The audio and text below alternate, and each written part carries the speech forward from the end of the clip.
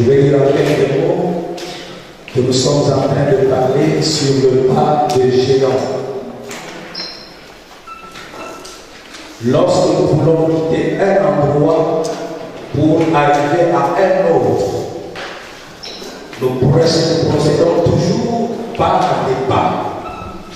Il y a des petits pas, des pas ordinaires, mais il y a aussi des pas des géants. La différence dans ces deux catégories de pas se situe en fait sur le plan des énergies que nous sommes appelés à déployer.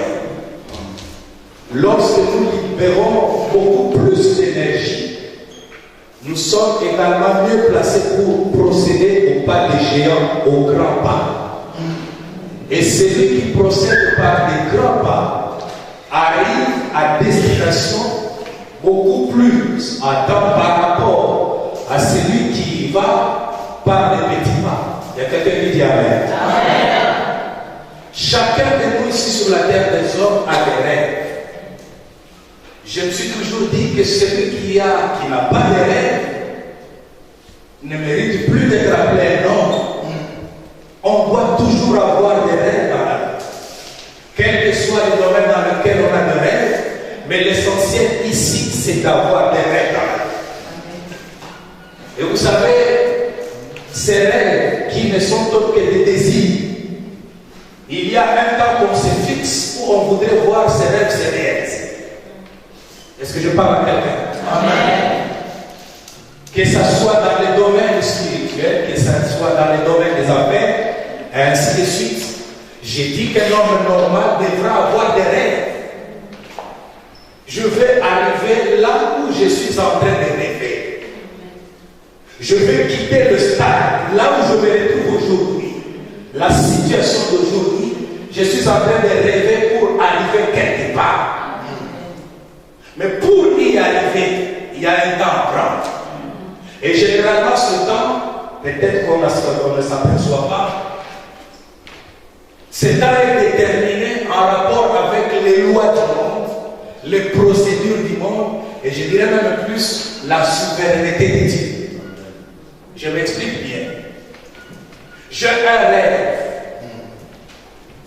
Je me dis que je souhaite, si cela ne dépendait que de moi, je souhaite à ce que ce rêve se réalise dans 2 ans. Ça, c'est un désir personnel. Je le souhaite. Mais pour y arriver, généralement, les lois du monde nous imposent le temps, qui ne peut peut-être pas correspondre au mien, à ma volonté. Peut-être que les lois du monde me disent, ce que tu fais là, c'est bien bon, mais pour y arriver, voilà les étapes à suivre, ça te prendra 3, 4, 5, 10 ans. Mais ma volonté à moi que j'y arrive dans un espace de 2 ans. Non seulement les lois du monde nous imposent le temps, il y a aussi, ce que je dis hier, la souveraineté de Dieu. Il va répondre à ses centeniers, j'irai et je le guérirai. Ça c'est un langage de souveraineté de Dieu. Tu verras que je guéris ton serviteur, je suis bien disposé à le faire.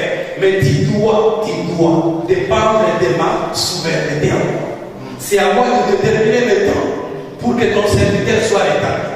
C'est à moi de savoir quand j'irai.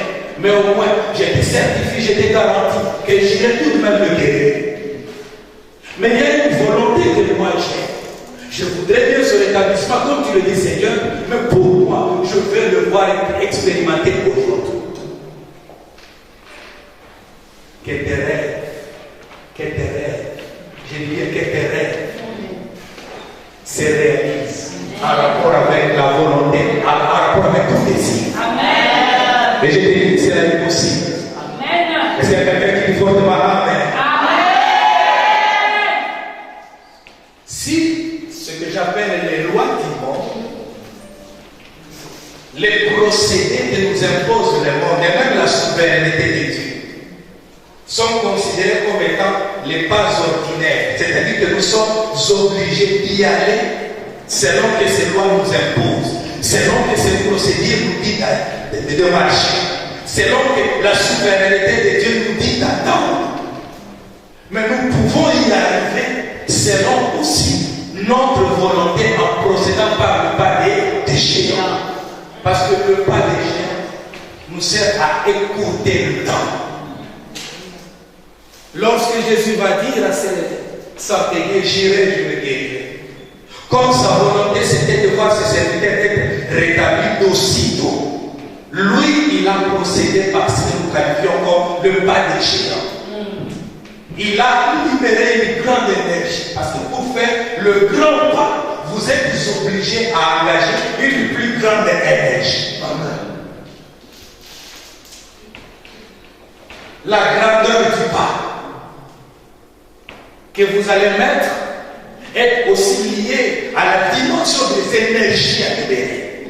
Voilà pourquoi, à partir d'hier déjà, nous étions en train d'étudier les différents secrets qui en réalité ne sont autres que des énergies spirituelles qui nous permettent de procéder par des paliers de géants. Lorsque je pratique ces choses, ces secrets, en réalité, ce sont des énergies en ma possession, des énergies spirituelles. Lorsque je les pratique, je suis à mesure d'arriver au lieu de mes rêves dans un délai beaucoup plus court. Amen. En rapport avec ma volonté. Et là donc, parce que hier nous avions parlé de la grande foi et des actes de foi, parce que ça marche vraiment de pair. Et aujourd'hui, nous voulons aborder également avec d'autres secrets, d'autres énergies. Je vais vous inviter donc à lire avec moi dans les livres d'Esther.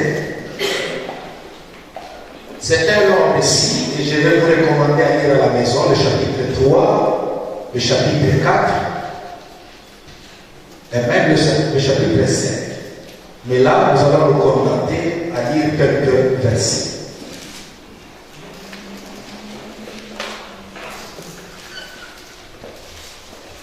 Est-ce qu'on peut s'élever?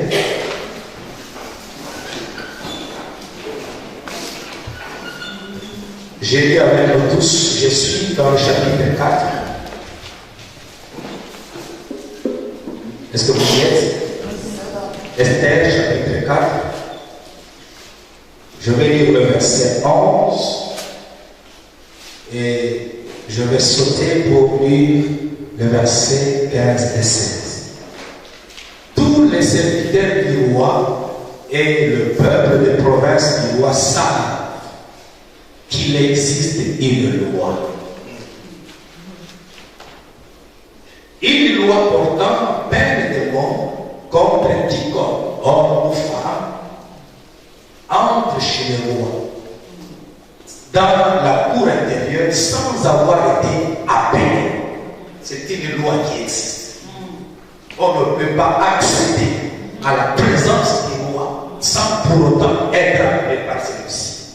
Celui-là seul a la vie sauve à qui le roi dans le sceptre d'or. Et moi, je n'ai point été appelé auprès du roi depuis 30 jours.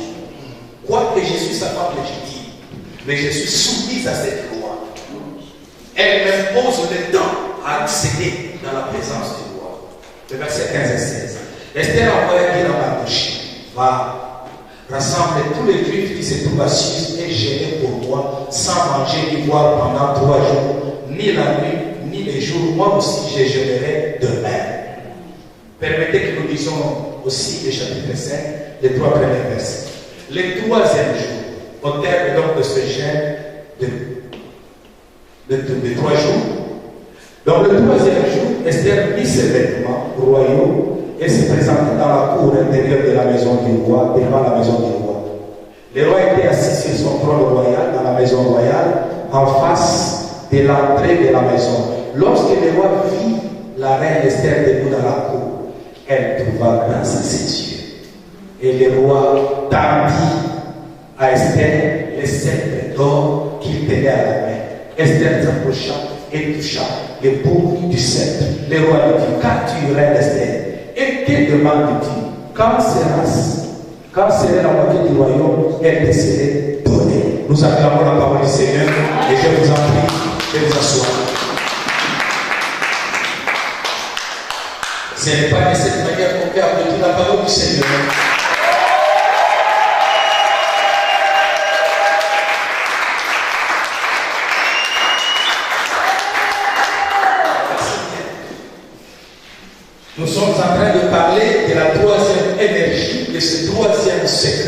nous permet de procéder par le pas des géants. Nous sommes à Suse et il y a une race exceptionnelle qui habite la vie. La race d'Esther, de la famille d'Esther, évidemment de la race de Dieu. Et cette race est menacée d'extermination, en d'autres termes de génocide. Il y a ceux qui habitent le pays qui n'en veulent pas, qui ne voudraient pas voir cette race continuer à vivre sur leur territoire. Et ils complotent pour que cette race disparaisse. On ne voudrait pas voir quelqu'un de cette race continuer à rester sur ce territoire. Et il faut donc agir vite parce que le roi a déjà signé un décret qui stipule que tout celui qui sera de la race juive soit exterminé. Le décret est signé, il faut donc agir vite. Et s'il y a une personne qui soit mieux placée pour parler au roi, afin que la décision soit annulée, il n'y a que Esther, parce qu'elle aussi fait partie de cette race juive. Mais il y a un problème sérieux. Esther est butée à une difficulté. Sa difficulté, c'est que, quoique étant la reine, mais il y a une loi qui existe. Elle est connue de tout le monde. Cette loi exige à ce que pour se présenter devant le roi, il faut que le roi lui-même détende son sceptre. C'est lui qui va décider du temps où tu peux te joindre à lui. On vient apporter la nouvelle à Esther qu'il y a une menace sérieuse d'extermination de ta race. Tu dois agir. Il faut faire quelque chose. Mais là, Esther est butée à une difficulté. La loi existe.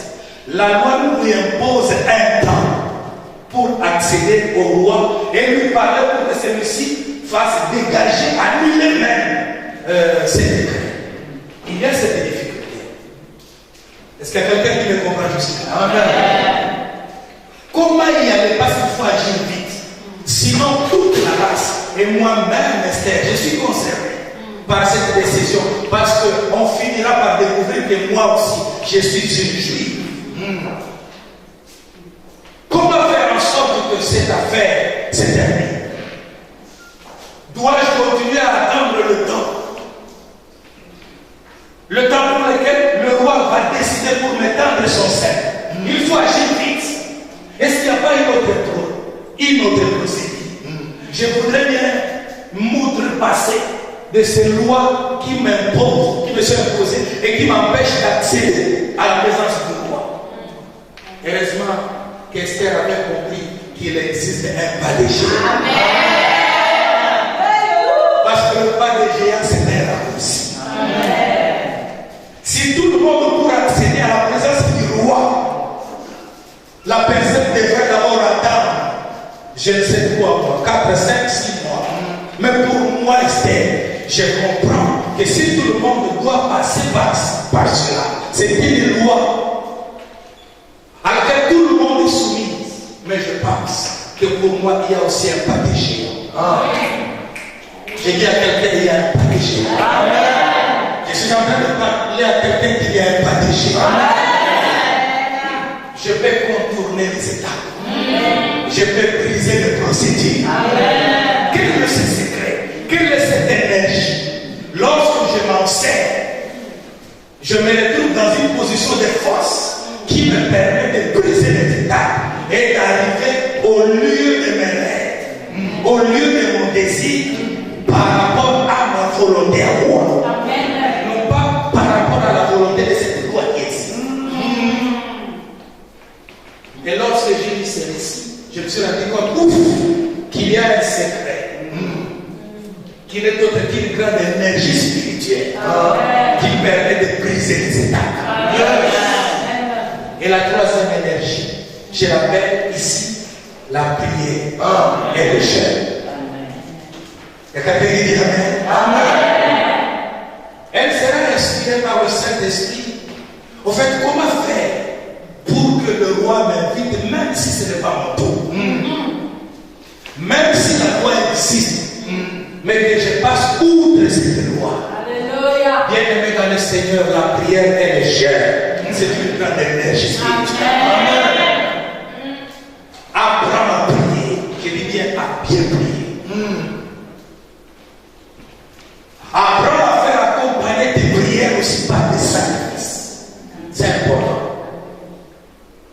Lorsqu'elle va engager un jeûne de 3 jours et prier, elle va également demander à ce que tous ceux qui se retrouvent de sa race puissent se joindre à elle dans ce programme de prière des jeûnes. Lorsqu'ensemble, ils vont jeûner au terme du 3e jour, au terme de leur programme de jeûne et prière. Il y a quelqu'un qui dit Amen. Amen. J'ai aimé, j'ai aimé. Esther va dire à Mardochée, va rassemble. Rassemble-moi, rassemble-moi. Tous les Juifs qui se trouvent assis et gênés pour moi, sans manger ni boire pendant 3 jours, ni la nuit, ni les jours. Moi aussi, je ferai de même. Parce qu'en gênant, en priant, tout en étant dans un état de sacrifice, il y a une énergie spirituelle qui se dégage. C'est comme si on engageait la machine de Dieu d'entrer en marche pour briser les états, pour passer par la route. Bien aimé, la prière transforme les états. Apprenez à prier. Ne vous contentez pas seulement à fréquenter l'église, ce qui est bon, pour être enseigné, pour grandir dans la foi. Mais il y a des choses, des rêves de vos vies, pour y accéder dans un délai beaucoup plus court. Et ne pas passer toujours par le chemin par lequel tout le monde passe. Est-ce que vous savez aujourd'hui ce que vous avez comme rêve? Il y a peut-être une loi du pays qui vous dit que pour y accéder, vous devez attendre 3 ans. Mais je suis en train de parler à quelqu'un avec la prière légère. Pour toi exceptionnellement, cela est possible que tu y arrives même en l'espace d'une année. Si toi, cela te dit fortement.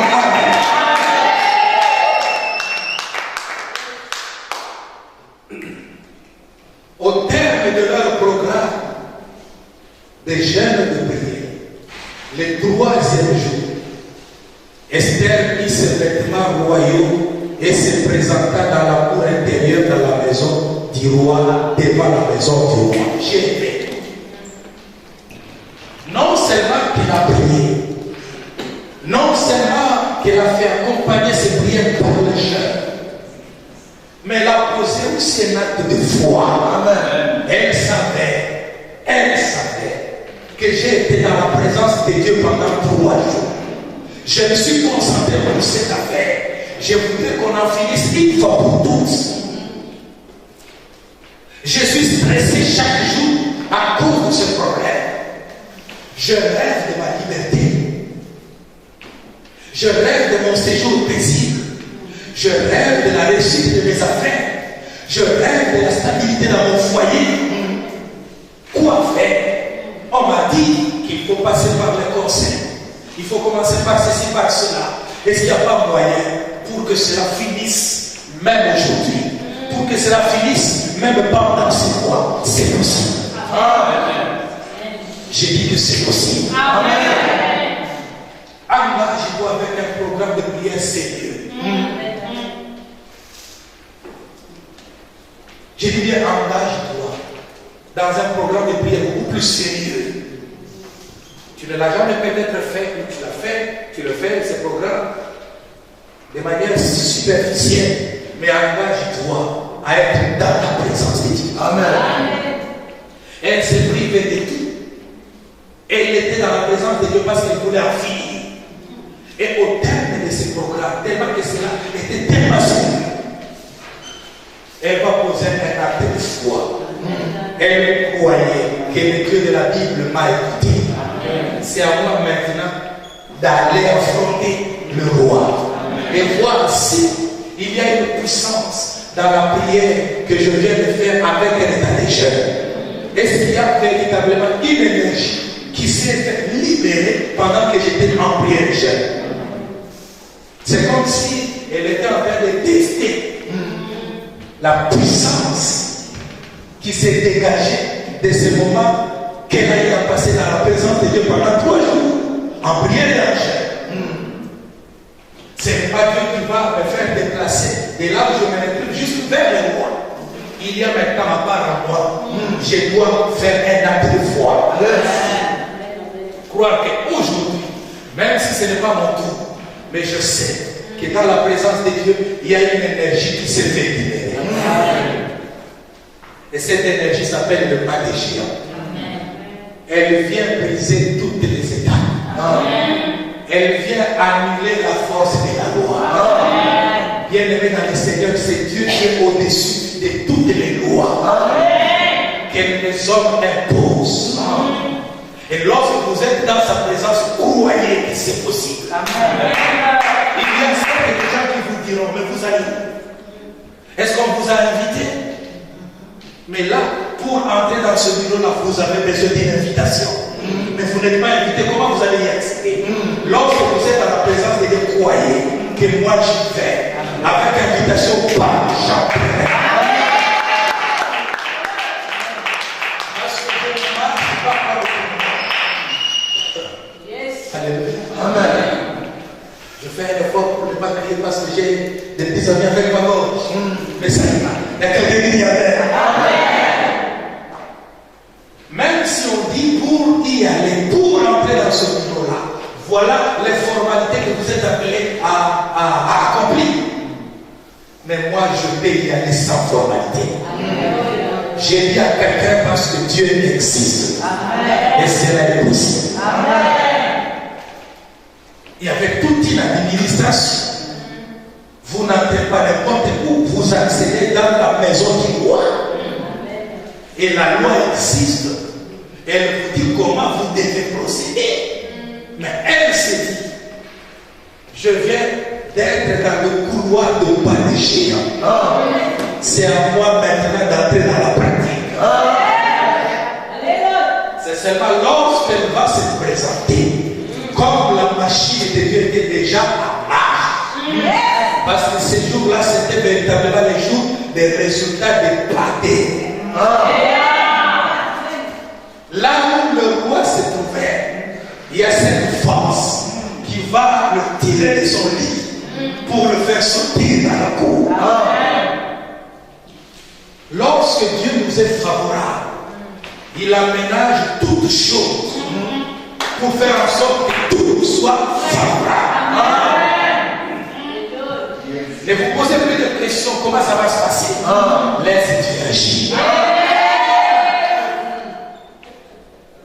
Il va tirer le roi de là où il était pour l'approcher. Et Esther se retrouve là parce qu'elle s'est dit, moi j'ai accompli ma part. J'ai libéré cette énergie qui fait en sorte que je puisse faire le pas des géants. Maintenant, je pose également mon acte de foi. Et l'acte de foi, il a toujours été biblique. Alléluia. Amen. C'est-à-dire qu'elle se présente là où il y a certainement des sentinelles, il y a des fonctionnaires commis pour recevoir, pour faire entrer devant le roi. Mais elle se présente pour dire à Dieu maintenant, je sais que j'étais dans ta présence, c'est à toi maintenant d'agir. Si tu n'agis pas, c'est ma foi à moi qui est déshonorée. Alléluia. Amen. Alléluia. Amen. Lorsqu'elle va se présenter, c'est le roi lui-même qui lui tend le sceptre. Non seulement qui lui tend le sceptre pour dire que tu es admis dans ma présence. Viens, je t'attends. Même si ce n'est pas ton tour. Alléluia. En réalité, ce n'est pas son tour. D'ailleurs, elle avait compté pour dire que ça fait 30 jours. Parce qu'en réalité, vous ne pouvez pas accéder dans cette présence dans moins de 30 jours. C'était 3 mois et plus. Mais elle va compter pour dire que non, j'ai encore des jours à passer pour entrer dans sa présence. Mais comme il s'agit du pas des géants, elle va se présenter. dit que le roi lui tend le sceptre d'or pour dire que Dieu a dit viens. Et ça ne s'arrête pas là. Parce que son problème, ce n'était pas seulement que je voie le roi, mais que je lui pose le problème. J'ai un rêve en moi. Que cette loi qui tend à exterminer ma race, que cette loi soit annulée. Et pour qu'elle soit annulée, je dois être en contact avec le roi. Il y avait un rêve. Comment arriver à ce rêve-là? Parce que le temps presse. Alléluia. Si vous êtes ici à la gare et que vous savez que le message commence à 18h30 et qu'on vous a dit qu'à 18h30 on aura prié pour tout le monde avec imposition des mains, vous vous sentez dans l'obligation, dans le devoir d'être là, y compris pour vous. Vous regardez sur la montre et il est dit, qu'est-ce que j'ai dit, 18h30 quoi. Disons que 18h30 le message commence et on va prier pour les gens. Mais vous êtes à la gare, il est déjà 18h, je dirais 5. Alléluia. Vous avez encore 25 minutes.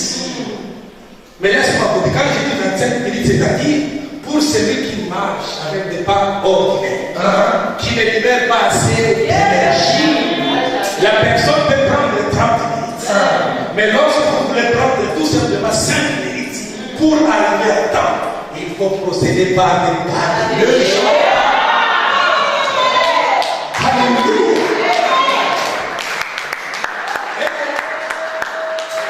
Vous allez vous rendre compte qu'en arrivant ici, vous transférez. Ça témoigne que vous avez libéré une grande énergie. Lorsque Esther se présente, en ce moment-là, ce n'est plus la loi des hommes qui agit. C'est la loi de Dieu qui agit. C'est l'énergie de pas des géants qui guide toutes choses. Et cette énergie va plus loin. Le roi ne s'arrête pas là. Il entre dans l'agenda d'Esther.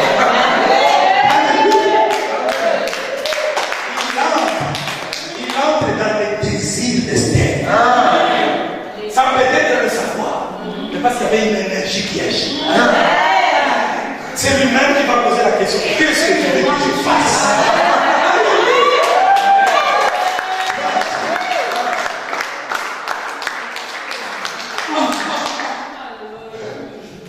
C'est vrai, c'est la moitié du royaume. Et te serait donné.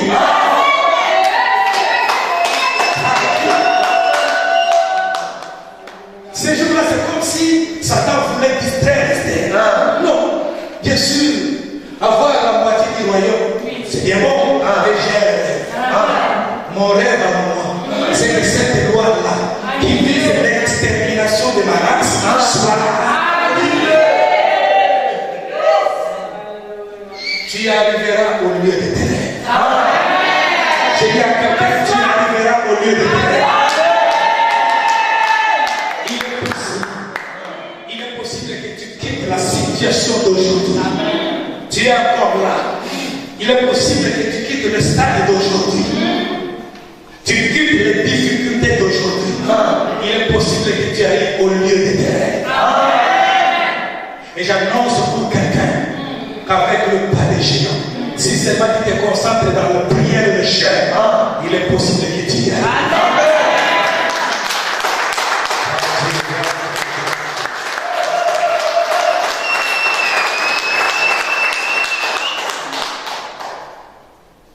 Rapidement, parce que je souhaiterais également aborder le quatrième secret, la quatrième énergie, avant qu'on en arrive. Toujours à propos de la troisième énergie, c'est-à-dire la prière et le sacrifice. Parce qu'il y a plusieurs sortes de jeûnes. Les sacrifices, pardon.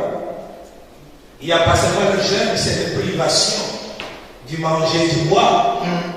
Allez plus comprendre qu'il y a plusieurs sortes de sacrifices. C'est à vous de voir quel sacrifice opter, mais je vous prierai de faire en sorte que par rapport à ce que vous avez comme problème, à ce que vous avez comme rêve, je je vous prie également de passer par des moments de prière et de sacrifice. Il y a, si vous lisez dans le livre de Genèse, au chapitre 32, un autre exemple toujours en rapport avec cette troisième énergie. Je vais lire le verset 7, peut-être que j'y vais aussi avec le verset 27. Écoutez, Jacob fut très effrayé, très stressé. J'aime bien ce mot parce qu'il est souvent vécu ici. Alléluia. Amen. Jacob fut très effrayé et saisit l'angoisse. Il y a devant lui un lendemain incertain. Il vient de quitter la maison de Laban avec une grande suite derrière lui. Il y a ses femmes, ses enfants, ses serviteurs, tout ce qu'il avait comme richesse qu'il a acquis de la maison de Laban. Il se décide de rentrer dans la maison de son père et il y a son frère Ésaü qui l'attend. Il ne l'attend pas pour bien l'accueillir. Il y a de l'amertume dans son âme parce que celui-ci lui a volé le toit de l'Est. Vous avez connu l'idée de cette histoire. Et pendant que Ésaü est informé que son frère s'approche, il se prépare pour faire du mal à son frère. Lorsque Jacob apprend que mon frère m'attend avec des serviteurs pour me combattre, il voudrait ôter même ma vie. La Bible dit que Jacob fut très effrayé. Mettez-vous à la place de Jacob, qui a sa femme derrière, ses enfants, qui a toute une suite, sa richesse. Mais c'est comme si toute cette suite est exposée au danger. Je ne sais pas qu'est-ce qui est exposé au danger pour votre vie. Serait-ce la santé, tes enfants, je ne sais quoi. Mais vous avez l'impression que votre avenir est incertain. Vous avez une idée, en fait, un peu flouée de l'avenir. Vous ne savez pas qu'est-ce qui m'attend. On vit dans l'incertitude, sous le stress permanent. Alléluia. Amen. C'est là que plus le gamin va comprendre, mais comment faire en sorte que la loi de la vengeance qui habite mon frère, que cette loi me soit soumise. Amen. Alléluia. Amen. Parce que le pas des géants, ne l'oubliez pas, ce pas des géants nous permet de marcher sur les voies des hommes. Ce pas des géants nous donne la possibilité d'inviter Dieu à ce qu'il entre dans notre agenda. De ne pas nécessairement nous conformer à sa souveraineté. Même si c'est lui qui décidera du temps. Mais avec le pas des géants, c'est nous qui décidons. Alléluia. Comme l'a fait ce Saint-Denis. Tu m'as dit que tu iras et tu guériras. Mais moi, je me vais maintenant. Est-ce que tu ne peux pas te conformer, toi, à mon agenda? Lorsqu'il va trouver cette grande femme, il va dire qu'il te soit fait selon ta foi. Et la Bible dit aussitôt. Parce que c'était la volonté de Saint-Denis. Que les choses se passent aussitôt. Il y a mon frère qui m'attend. Il y a une décision qui m'attend à la vie. Je ne sais pas qu'est-ce qu'ils diront. Il y a une décision qui m'attend de la part du médecin. Je ne sais pas qu'est-ce qu'il va décider.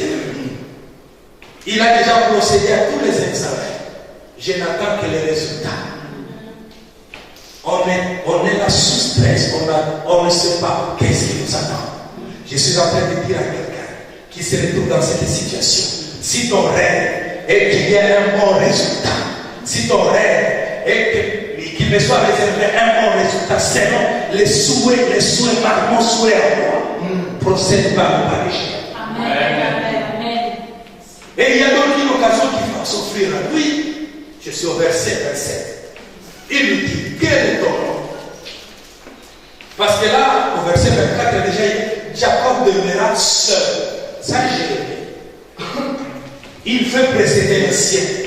Et sa femme et ses enfants et tous ses serviteurs, ils veulent aller devant moi et moi je vais rester seul. Je vais être dans la présence de Dieu. Je voudrais bien me priver même du sommeil. Pour lui, le sacrifice qu'il avait fait cette nuit-là, c'était la privation du sommeil. Est-ce qu'il y a quelqu'un qui comprend ce que je dis? Amen. Je sais qu'être dans la présence de Dieu, lié avec lui, pour qu'il dise quelque chose à mon faveur. Je veux que tu me bénisses. Si tu ne me bénis pas, je ne te quitterai jamais. Je veux voir clair, non pas demain, mais aujourd'hui. Parce que le danger qui m'arrête, je ne sais pas quand il arrivera. Mais je voudrais te rassurer maintenant, aujourd'hui. Il va trouver une occasion pour être dans la présence de Dieu. Il va combattre avec Dieu. Il va parler à Dieu. Je veux que tu me bénisses. Si tu ne le fais, je ne te quitterai jamais. Il s'est privé du sommeil toute la nuit. Est-ce qu'il t'est déjà arrivé de te priver du sommeil à cause de ce problème-là? Fais-le, fais-le. Ça s'appelle le pas. Est-ce que je parle à quelqu'un? Amen. Je suis dans la présence de Dieu pour lui dire, Seigneur, j'en ai marre. J'en ai marre. Je vis avec des stress au quotidien. Il y a toujours des incertitudes. Qu'est-ce que tu dis à mon propos? Il va me poser la question, fait, tu as trop combattu contre moi, comment tu t'appelles? Il va dire, Jacob, un usurpateur. Ce n'est pas vraiment un nom qui honore. Mais après avoir été dans la présence de Dieu, après s'être privé du sommeil pendant toute la nuit, l'ange de Dieu va lui dire, désormais, tu ne seras plus Jacob, mais ton nom a été changé en Israël. Il y a quelqu'un qui dit Amen. Amen. Laisse au terme de ton moment de prière et de sacrifice, que ton nom soit changé. Amen. Que ta situation soit changée. Amen. Amen. Parlons donc de la quatrième énergie. Ça s'appelle la révélation. La révélation. Voilà comment je définis de manière beaucoup plus simple ce que c'est que l'information, la révélation. Je dis que la révélation, c'est l'information. Ou la connaissance que l'on a de quelque chose qui autrefois nous était caché. Je te reprends? Vous avez besoin de révélation. Parce que lorsque vous marchez avec une révélation, c'est comme quelqu'un qui marche à pas de géant. Parce que généralement, nous prions à des soins. Je voudrais bien assimiler cette énergie aussi avec la prière parce que ça marche aussi de paix. Comme nous avions dit. Prier, c'est bien bon. Parce qu'il y a beaucoup qui me diront, mais pasteur, tu m'invites à prier. Mais pour ce problème, j'ai déjà prié assez. Avez-vous prié avec révélation? Parce que la révélation, en fait, c'est être en possession d'une information beaucoup plus claire. Vous avez la connaissance par rapport à ce qui vous dérange. La connaissance ou l'information sur ce que vous devez faire réellement. Lorsque vous avez cette information-là, ça vous épargne de libérer beaucoup d'énergie. Ça vous épargne du temps. Alléluia. Amen. Je ne connais pas vraiment votre milieu. Imaginez que je sois... Je viens par terre. Et papa me dit que notre église se retrouve quelque part, je ne sais pas quoi. Jusque-là, j'ai difficile à accéder au Dieu. Lorsque je n'ai pas une information claire à propos de ce qui, jusque-là, me semble être encore caché. Je ne connais pas encore la précision, l'adresse de l'église. Je ne connais pas comment on procède pour y arriver. savez, lorsque je suis privé d'informations claires, je peux prendre beaucoup de temps. J'ai mon frère qui est là. Lui, il a connu ce problème. Amen. Amen. Il a quitté Paris. Je ne voudrais pas parler de ce qu'il a connu comme problème. Il ne savait pas comment faire, quoi faire. Il était privé de révélation pour atteindre les dieux. Il a pris tellement de temps au point qu'il n'était même pas au culte, il est rentré. Alléluia. Mais lorsqu'on a l'information, il avait l'information. Aujourd'hui, c'était la première personne d'être là présente. Parce qu'il avait l'information. Il a la révélation. Et aujourd'hui, il a fait le pas de géant. Parce qu'il est arrivé à temps. Est-ce que tu peux applaudir pour le Seigneur?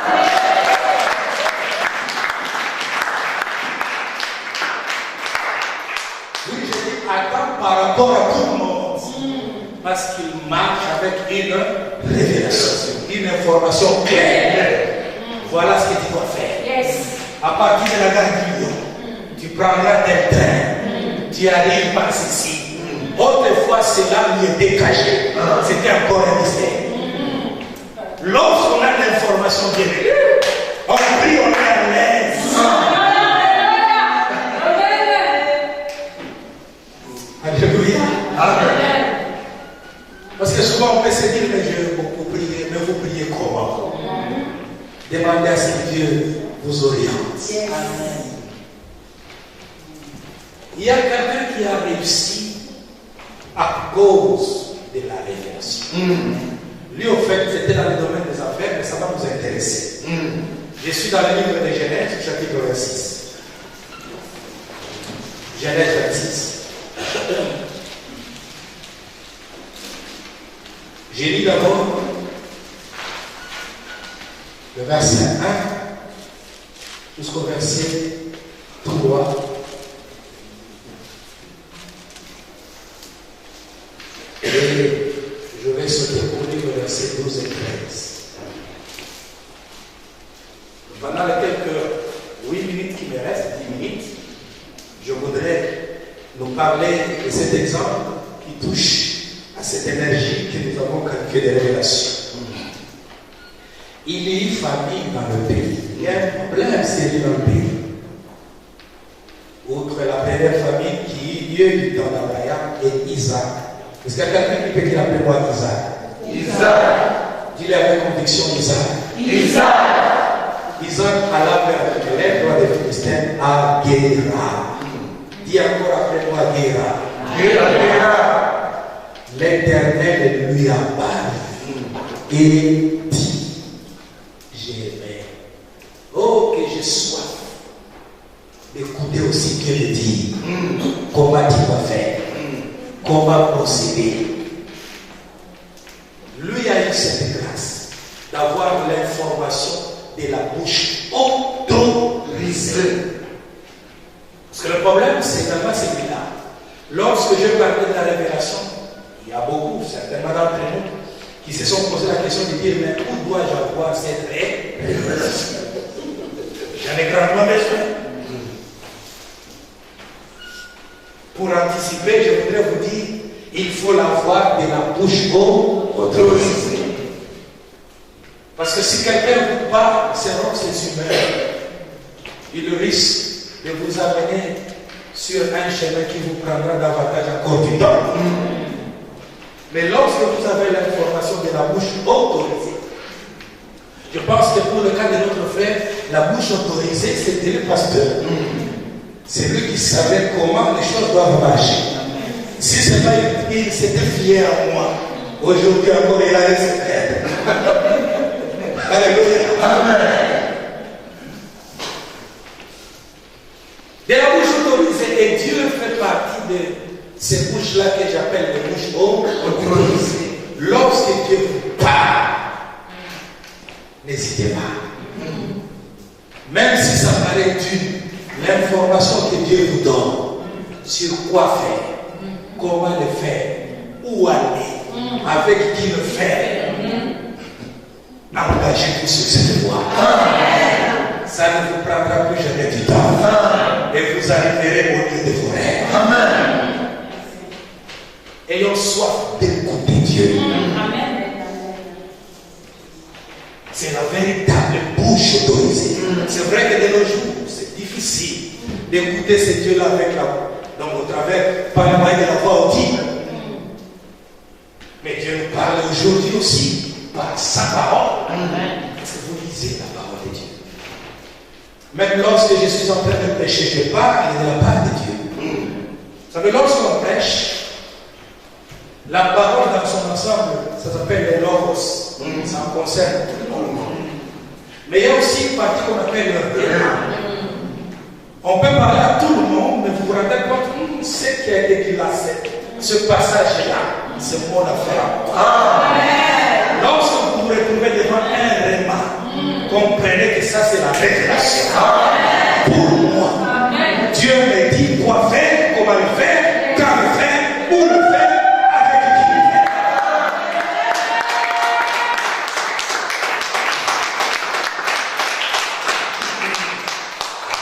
L'Éternel lui a parlé et lui dit Shalom, shalom. Ne descends pas en Égypte. Il avait déjà l'intention d'aller en Égypte. Parce qu'il y avait une grande famille qui avait sélectionné le pays. Mais pendant que Dieu se révèle à lui, il se retrouve à Guéra. C'était une ville de Philistins. Écoutez-moi bien. Mais à cette époque-là, il y a abondance en Égypte. On en parlait. Voulez-vous sortir de cette crise? Voulez-vous surmonter cette sécheresse? Tout le monde, on en parlait, allait en Égypte. Mais qui te dit que c'est en Égypte où se retrouve la solution à ton problème? Même si tout le monde en parle. Là, c'est la voie des hommes. Mais Dieu me dit, toi ne vas pas en Égypte, reste à Guéra. Mais là où Dieu lui demande de rester, curieusement c'est une ville où il y a une grande hostilité vis-à-vis et d'Abraham, son père, et vis-à-vis de toute sa famille. On n'en voulait pas de ceux qui étaient ici d'Abraham. D'ailleurs, si vous lisez la suite de l'histoire, vous allez vous rendre compte qu'il était sérieusement combattu à Héra. On ne voulait pas qu'il réussisse. On était toujours derrière lui pour le surveiller. Mais c'est là que Dieu nous dit ici. Alléluia. Vous avez un problème peut-être. Je ne sais pas si c'était un rêve pour quelqu'un. Vous êtes en train de vous dire, mais dans quelle vie allez maintenant? Je suis en train de dire à quelqu'un, laisse que Dieu te parle. N'attends pas les hommes. Quoi faire maintenant? Dois-je rentrer au pays? Quoi faire maintenant? Dans quel domaine investir? Demande la révélation de Dieu. Là où les autres ont échoué, toi tu peux réussir. Là où les autres, pour réussir, ont pris 10 ans. Mais avec la révélation, toi tu peux réussir en 2 ans. Ça c'est le pas de Jésus. Dieu va nous dire, reste ici à Guéra. Il va obéir à la révélation. Et après, écoutez. Alléluia. Écoutez le verset 12. Isaac se met dans ce pays. Il est à Guéra, le pays de la révélation. Il recueille cette année-là. Chez moi, c'est au singulier. On n'a pas dit il recueille ces années-là. Cette année-là, en une année, il recueille le sacrifice. Car l'Éternel le pays, cet homme devint riche. Il allait s'enrichissant de plus en plus, jusqu'à ce qu'il devint fort riche. Alléluia. Il y a un moment où on a difficile à donner un nom à notre richesse. On dit qu'il est devenu riche. Il allait s'enrichissant de plus en plus, jusqu'à ce qu'il devint fort riche. Ah, c'est un partage.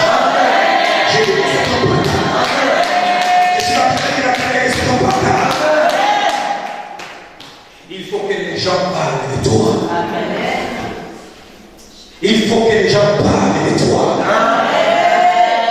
Même dans le domaine de Dieu, lorsque Dieu te dit où aller, n'hésite pas.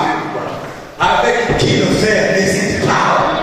Même si apparemment il n'a rien, va avec lui. Avec qui dois-je travailler? Parce que j'ai été souvent déçu. J'ai investi dans beaucoup de domaines avec les amis, avec les membres de ma famille. J'ai été déçu. Dieu peut t'envoyer vers quelqu'un peut-être avec qui vous avez des problèmes autrefois. Mais si c'est Dieu qui vous dit, travaille avec lui, travaille. Alléluia.